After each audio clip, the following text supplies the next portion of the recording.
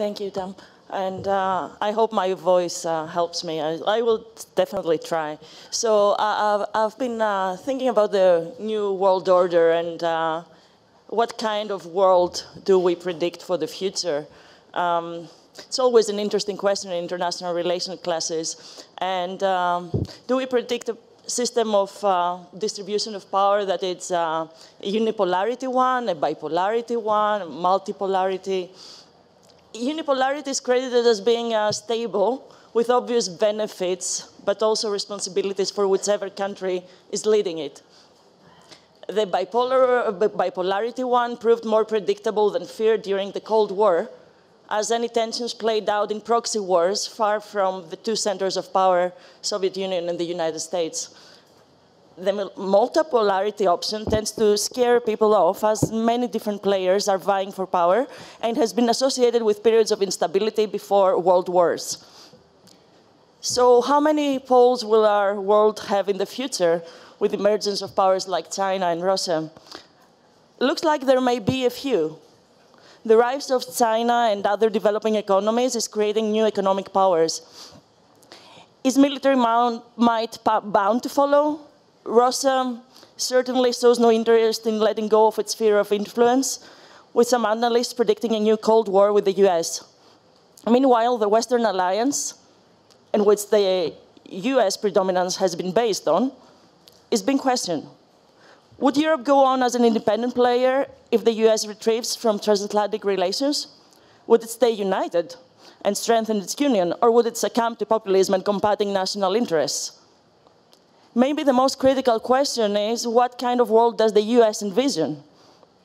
According to a recent Gallup poll, 45% of Americans are happy with the position of their country in the world right now under President Trump. That's actually a 13-year high and has been attributed by analysts largely to the economy, the rise of the stock market, the tax reform, having some measurable benefits for voters. This may be short-lived. Can the US economy continue to outperform if it becomes more isolated, if not protectionist? The US administration calls for fair trade, but the recent tariffs announced and the forthcoming in the steel and aluminum products measures have already been criticized by the European Union, while the US demands in the NAFTA renegotiation are testing the patience of even the Canadians. As with the Putting America First slogan, this means different things to different people, as all good slogans, I might add. Those who think that globalization is beneficial argue that to put America first, one needs to invest in the world too. Short-term benefits aside, the dependence of the US economy to foreign markets is so big that if the interdependence was to be reversed, the cost would be enormous. One case in point is China's central bank holdings of US government bonds, an issue directly related to investor confidence in the US government bonds in the US economy. President Trump understands the importance of selling US products abroad, yet he does not appear as keen to support the liberalization of trade and the globalization of production that has made it possible. And beyond the economy, international cooperation is key to dealing with challenges such as terrorism and climate change. The power and support that America enjoys in its alliances, bilateral relationships, and international organizations cannot be preserved indefinitely without investing in them. Even more so as new powers are challenging the status quo with different models of state capitalism, crony capitalism sometimes, authoritarian regimes. On the contrary, when the US invests in a relationship, it usually pays off. And if I may give you an example that is close at home, a case in point, these days I'm researching the US role in the Greek debt crisis as a visiting scholar at the Elliott School in Washington. The debt crisis is a new theme in the bilateral relationship, and the previous US administration spent considerable time and political capital to help Greece stay in the Eurozone and overcome the crisis. It decided to do so, obviously, for its own economic and strategic security too, in the beginning due to real contagion fears, later on due to geopolitical concerns too.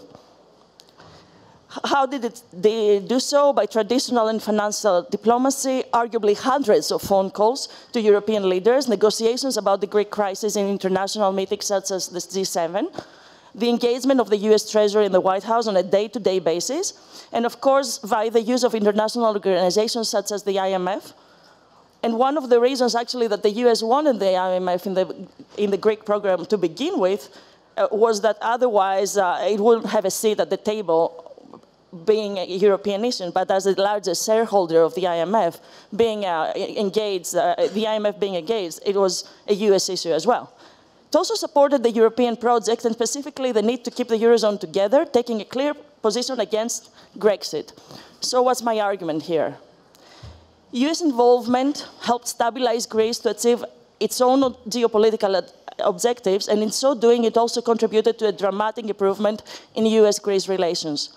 In a country known for its anti-American sentiments, the improvement in public opinion polls towards America is a big feat. Indeed, it has led to a deepening of economic security and military cooperation and to higher US influence in key sectors such as energy. This plays out against Russian interests in an increasingly unstable region where Turkey's role has become also problematic. So the US has clearly strengthened its interest in Greece, and US businesses have benefited from the interest that has shown in Greece during the past 8 years, something that speaks to the merit of international engagement. It's still the leading world power, and as a leading world power, the US is bound to shape the new world order.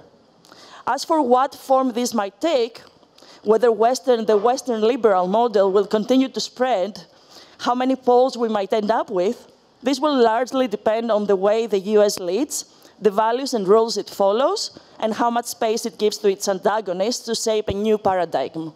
Thank you.